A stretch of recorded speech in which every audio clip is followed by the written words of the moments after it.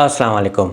हर travel करने वाला ये सोचता है कि एक सस्ता एयर टिकट कैसे मिल सकता है। कुछ लोगों के लाखों रुपए ज़ाया हो जाते हैं और उनको पता भी नहीं होता कि टिकट की असल प्राइस क्या है और ये एयर टिकट उनको कितना महंगा मिला है। अभी रिसेंटली एक कंट्री की रिटर्न टिकट 1.5 लाख की किसी को मिली 3 लाख रुपए की। ये एक्स्ट्रा पैसे आप ज़ाया होने से कैसे बचा सकते हैं और आप मालूम कैसे कर सकते हैं कि एयर टिकट की असल प्राइस क्या है उस कंट्री के लिए, उस डेस्टिनेशन के लिए जहां पे आप ट्रेवल करना चाहते हैं। जब आपको मालूम हो जाए कि एक सस्ता टिकट कहां से मिलता है तो आपने उसको कैसे लेना है, क्योंकि कुछ ऐसे टिकट्स भी होते हैं जिस पे रेस्ट्रिक्शंस भी होते हैं और ऐसी रेस्ट्रिक्शंस को आप खुद कैसे अवॉइड कर सकते हैं। ये सब पॉसिबल है, ये सब आप खुद कर सकते हैं। अगर ये सारी चीज़ें आपको मालूम हो जाएं तो आप एक स्मार्ट ट्रैवल कर सकते हैं जिसमें आपको किसी की हेल्प की भी ज़रूरत नहीं होगी और इसमें आपके पैसे भी ज़ाया नहीं होंगे।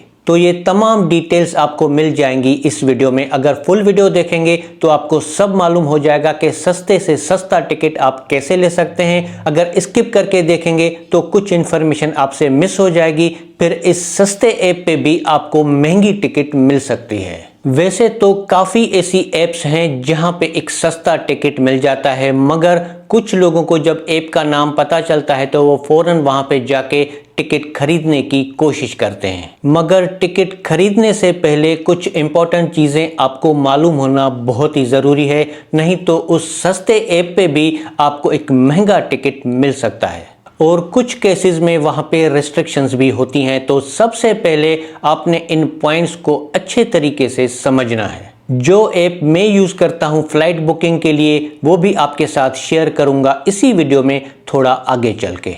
पहले ये समझ लेते हैं कि कोई भी टिकट हो किसी भी कंट्री की जहाँ पे आप ट्रेवल करते हैं उसकी प्राइस हर किसी के लिए सेम नहीं होती। जितने ज़्यादा मिडिलमैन होंगे उतना टिकट का प्राइस इंक्रीज होता जाएगा, चाहे वो ऑफलाइन परचेज करें किसी ट्रेवल एजेंसी से या वो ऑनलाइन किसी सर्विस प्रोवाइडर से परचेज करें। और जितनी फ्लाइट की डेट्स करीब होंगी ये टिकट आपके लिए उतना ज़्यादा महंगा होगा। तो आपने करना क्या है एक सस्ता टिकट लेने के लिए? सबसे पहले आपने ये मालूम करना है कि जिस डेट को और किस कंट्री आप ट्रेवल करते हैं उस दिन को आपके कंट्री से आपकी डेस्टिनेशन पे कौन कौन सी फ़्लाइट्स जा रही हैं और उन सारी फ़्लाइट्स के फेयर्स कितने हैं और उनमें से सस्ते में सस्ती फ़्लाइट कौन सी है। वहाँ पे जिस फ़्लाइट का आपको कम से कम फेयर दिखता है आप उसका मज़ीद फेयर भी कम करवा सकते हैं। अपनी टिकट 1 से लेके 3 महीने कोशिश करके एडवांस में लें अपने ट्रेवल से। टिकट खरीदने के 2 तरीके हैं और आपको किस तरीके से खरीदनी चाहिए उससे पहले हम एक फ़्लाइट सर्च कर लेते हैं। ऐप का नाम भी आपको इसी वीडियो में मिल जाएगा थोड़ा आगे चल के, मगर इम्पॉर्टेंट ये है कि ये सारी चीज़ें आपने अच्छे तरीके से समझनी है।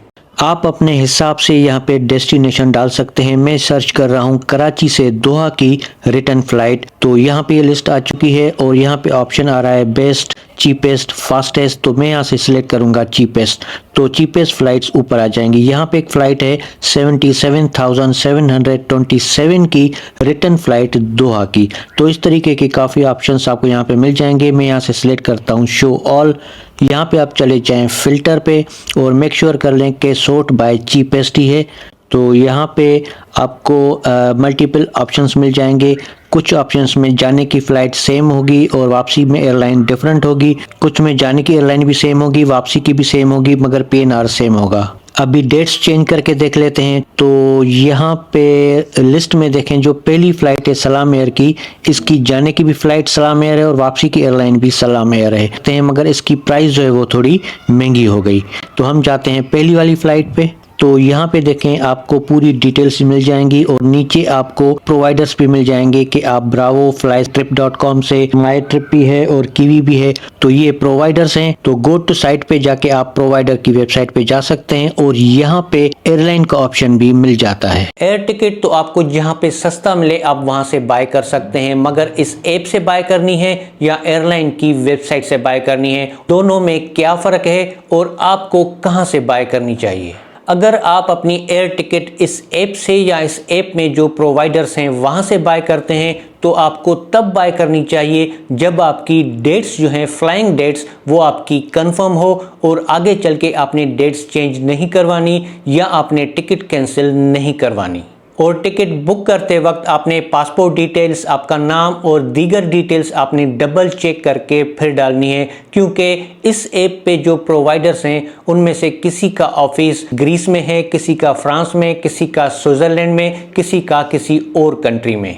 तो अगर आपने डेट्स चेंज करानी हो या कोई और इशू हो तो प्रोवाइडर को कांटेक्ट करने में इशू हो सकता है। या अगर आप अपनी टिकट को ऑनलाइन कैंसिल करवाते हैं तो कुछ सर्विस प्रोवाइडर्स की नॉन रिफंडेबल पॉलिसी होती है और कुछ प्रोवाइडर्स अपनी डिडक्शन के बाद आपको पैसे दे सकते हैं, मगर ये इशू कब रिजॉल्व होगा उसमें कुछ नहीं कह सकते। कुछ केसेस में इशू जल्दी रिजॉल्व हो भी जाता है। अगर आपकी डेट्स कंफर्म है, आगे चल के चेंज नहीं करानी, वीजा और तमाम डॉक्यूमेंट्स आपके पास मौजूद हैं, तो फिर आप इस ऐप से बाय कर सकते हैं। दूसरा तरीका यह है कि जब इस ऐप पे आप एक फ़्लाइट सर्च करते हैं, कुछ केसेस में एयरलाइन का ऑप्शन टॉप पे आ रहा होता है, यानी कि आप एयरलाइन पे जाके वहाँ से भी टिकट परचेज कर सकते हैं। मगर यहाँ पे याद रखें कि इस ऐप पे रहते हुए आपने रीडायरेक्ट नहीं करना अपने आप को उस वेबसाइट पे। अगर इस तरीके से करेंगे तो ये ऐप एयरलाइन से कमीशन चार्ज करेगी और वो कमीशन ऑफ कोर्स आपकी फ़्लाइट में लग के आएगी।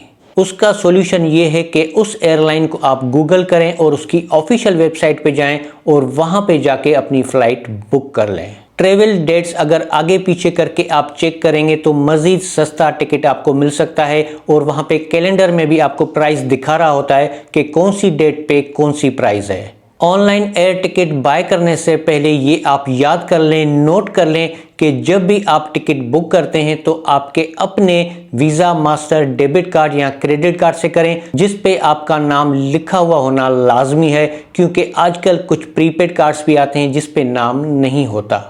क्योंकि मुख्तलिफ एयरलाइंस की मुख्तलिफ पॉलिसीज़ होती हैं। ऑनलाइन जब आप बाय करते हैं तो कुछ एयरलाइंस आपका वो कार्ड एयरपोर्ट पे चेक करते हैं जब आप बोर्डिंग कराते हैं। अगर वो कार्ड आप दिखा देते हैं, आपका अपना कार्ड है, उस पर आपका नाम भी लिखा हुआ है, तो फिर आपकी बोर्डिंग हो जाती है। अदरवाइज़ वो आपको बोर्डिंग करने से भी मना कर सकते हैं।